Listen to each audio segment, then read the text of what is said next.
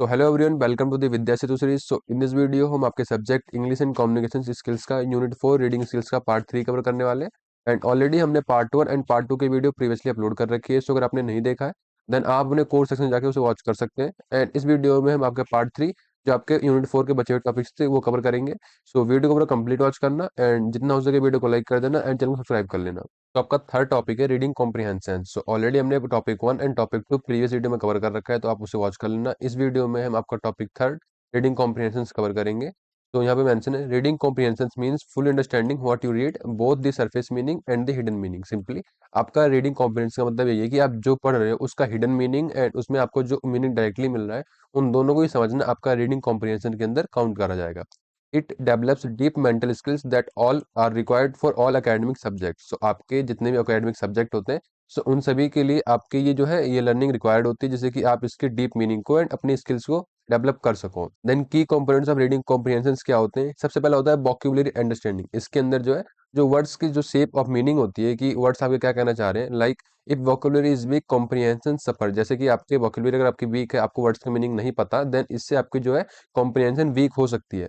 Students must learn synonyms, antonyms and context cues. So अगर आपको अपना कॉम्प्रिहेंशन अच्छा करना है देन इसके लिए आपको synonyms, antonyms and context clues के बारे में अच्छी नॉलेज होनी चाहिए। अगर आपके पास ये नॉलेज अच्छी है देन आपकी जो रीडिंग कॉम्प्रिहेंशन ऑटोमेटिकली स्ट्रांग होती चली जाएगी। सो मैं आपको सजेस्ट करूंगा आप सिनोनियम, एंटोनियम्स एंड कॉन्टेक्स्ट क्लू एंड नए नए वर्ड्स को सीखना स्टार्ट कर दीजिए, जिससे कि आपकी रीडिंग कॉम्प्रिहेंशन और बेटर हो सके। बिकॉज आपको जितनी अच्छी नॉलेज होगी इन सब चीजों की उतनी ही आपकी reading ability and reading comprehension better होगा।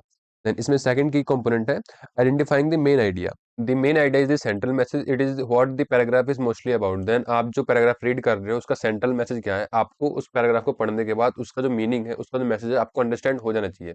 एग्जाम्पल, आप paragraph describing types of pollution, main idea is pollution. Then अगर आप पैराग्राफ को रीड करते हो देन उसमें आपके टाइप्स ऑफ पॉल्यूशन बताए जाते हैं। देन आपका जो मेन आइडिया है आपके उस पैराग्राफ का, उसका जो मेन टॉपिक है वो पॉल्यूशन है। आपको पॉल्यूशन के रिलेटेड ही टॉपिक उसके अंदर एक्सप्लोर या फिर एक्सप्लेन कर रहा है।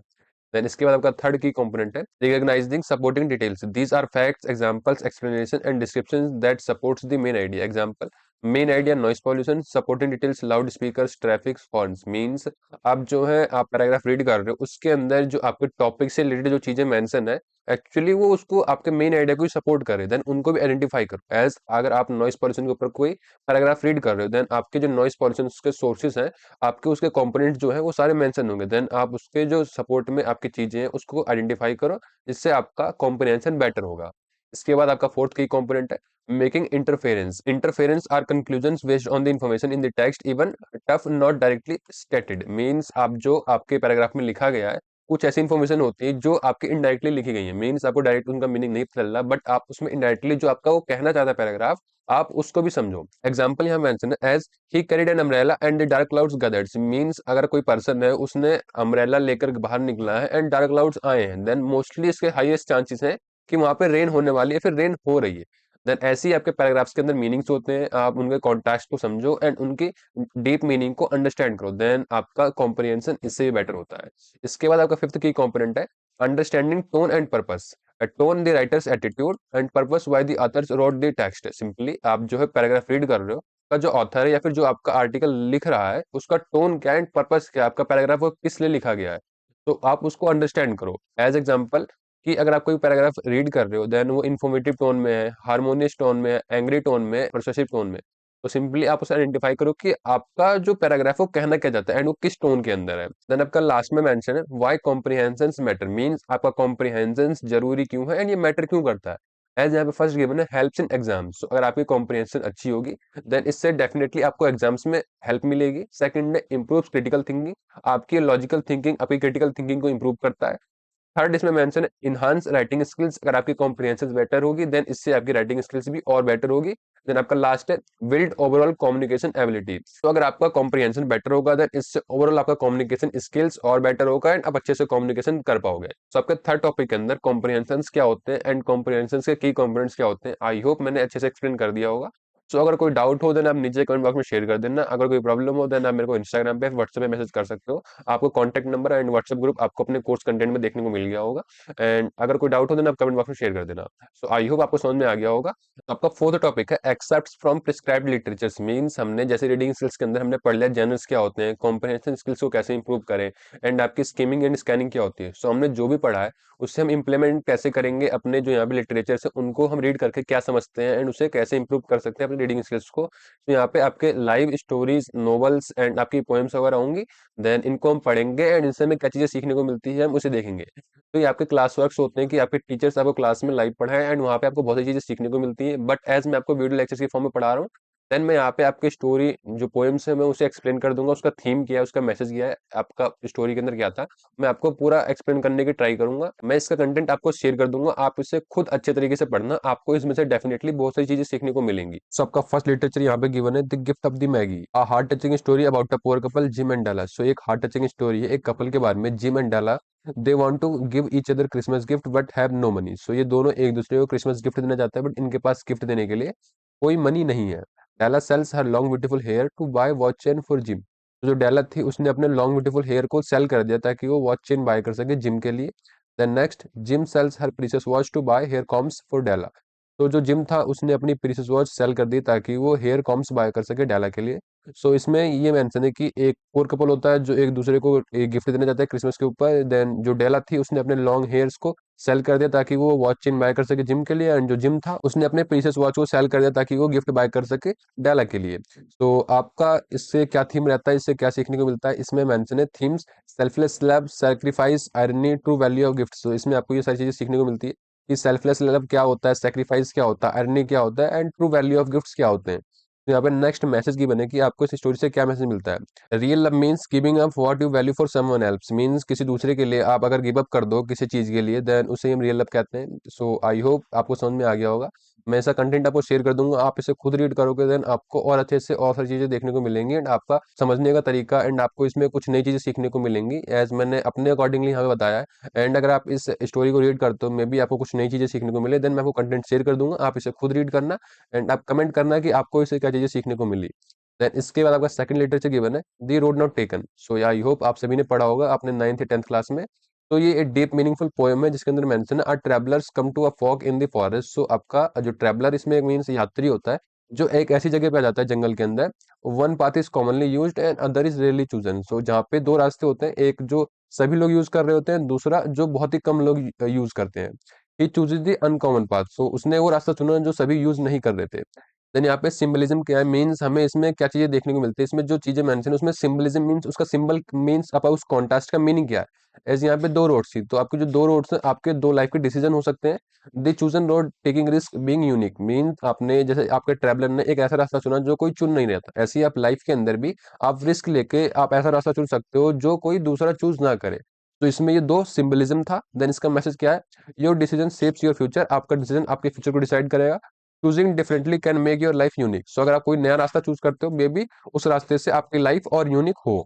तो आप इस लिटरेचर को रीड करना, मैं आपको आपके कोर्स सेक्शन में इस लिटरेचर को शेयर कर दूंगा एंड कमेंट करना कि आपको क्या क्या चीजें सीखने को मिली इस लिटरेचर से। देन इसके बाद आपका थर्ड लिटरेचर गिवन है जूलियस सीजर। तो ये क्या है आई डोंट नो, मैं यहाँ पे रीड करता हूँ। A dramatic and tragic play about power and betrayal. So एक प्ले है जिसमें हमें ड्रामा एंड ट्रेजिक दोनों को मिलेगा जो कि पावर एंड बैटरियल के ऊपर है। Julius Caesar is a respected leader. So जो जूलियस सीजर इसके अंदर वो एक लीडर है respected. Some man fear he will become a dictator. So कुछ मैंस को प्रॉब्लम है, उनको फियर है कि ये एक डिक्टेटर बन सकता है। Brutus Caesar's friends joins the conspirators to assassinate him. So जो ब्रूटूस है सीजर्स का फ्रेंड है, उसने ज्वाइन कर लिया है कॉन्स्पिरेटर्स को ताकि वो सीजर्स को असैसिनेट कर सके। After Caesar's death chaos spread in Rome.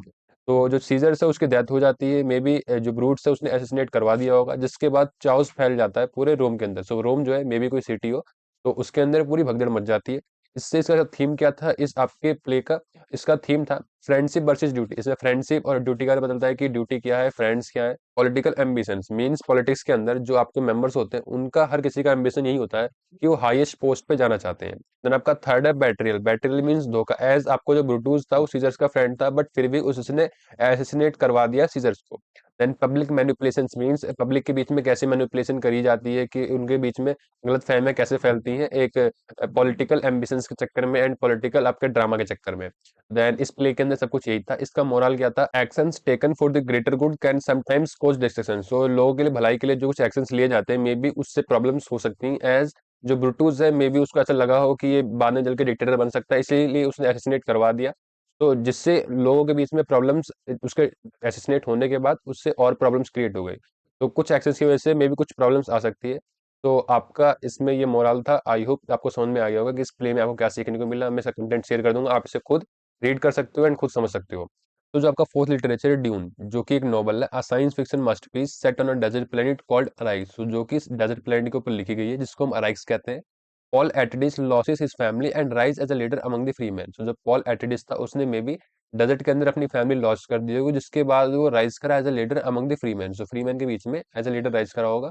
he fight political enemies and become a symbol of hope। so जिसने political enemies का फाइट करा होगा एंड फ्री मैन के बीच में as a symbol of hope rise करा होगा। इसका थीम क्या था? इसमें भी लीडरशिप के बारे में, पावर एंड स्ट्रगल के बारे में, सर्वाइवल के बारे में, डेस्टिनी के बारे में, एनवायरमेंटल रिसोर्स के बारे में पता चला। एज यहाँ पे आपका डेजर्ट में आप कैसे अपॉर्चुनिटीज को फाइंड कर सकते हो, उसने स्ट्रगल कैसे करा, फैमिली के जाने के बाद भी एज अ लीडर कैसे राइज करा। तो आप इन सब चीजों के बारे में इस नॉवल को पढ़ के सीख सकते हो। इसकी इंपॉर्टेंस क्या है? Introduces students to futuristic story telling and complex world building. तो इसे पढ़ के आपको फ्यूचरिस्टिक स्टोरी टेलिंग के बारे में पता चलेगा। कॉम्प्लेक्स वर्ल्ड बिल्डिंग मीन्स आपके स्टोरीज कैसे लिखी जाती हैं एंड इससे आपको क्या चीज़ सीखने को मिली है। तो आप ये सब जानोगे इसको पढ़ के। देन मैं इसका कंटेंट शेयर कर दूंगा, आप इसे खुद पढ़ना एंड आप कमेंट करना कि आपको इसे पढ़ने के बाद क्या क्या चीज़ें देखने को मिली एंड क्या क्या आपको समझ में आया। तो इसके बाद आपका जो फिफ्थ लिटरेचर है, the hare and the tortoise, a classic moral fable. So एक फेबल है। The hare is a fast but arrogant and careless. So जो हरे है वो फास्ट है बट एरोगेंट एंड केयरलेस है। The tortoise is slow at but steady and focus. तो जो tortoise है वो स्लो है लेकिन वो अपने एम को फोकस कर रहा है। The hare sleeps during the race and loses. तो जो हरे था वो रेस के टाइम पे सो गया, जिसकी वजह से वो रेस हार जाता है। बट टोटोइज जो है अपने एम के ऊपर फोकस था, वो डायरेक्टली स्लो स्लो अपने जो एम के पीछे भागता रहा, देन वो जीत जाता है। इससे मोरल क्या मिलता है? Hard work and consistency wins. जो आपका हार्ड वर्क एंड कंसिस्टेंसी जो है वो विन करता है हमेशा। Overconfidence leads to failure. तो जिससे ओवर कॉन्फिडेंस से अगर आपको होगा, देन आप उससे फेलियर की तरफ ज्यादा अट्रैक्ट होगे। तो आई होप आपको सारे लिटरेचर समझ में आ गए होंगे। सो आपके यूनिट 4 के अंदर जितने भी टॉपिक्स थे, मैंने आपको सारे एक्सप्लेन कर दिए हैं। सो अगर आपको कोई डाउट हो, कोई क्वेश्चन हो, देन आप नीचे कमेंट बॉक्स में या फिर मेरे को पर्सनली व्हाट्सएप के ऊपर मैसेज कर सकते हो। आपको कॉन्टैक्ट नंबर, आपको व्हाट्सएप सपोर्ट जो आपके कोर्स कंटेंट में मिल जाएगा। तो इस वीडियो में इतना ही। वीडियो को लाइक कर देना, चैनल को सब्सक्राइब कर देना। मिलते हैं नेक्स्ट वीडियो में, तब तक के लिए टेक केयर।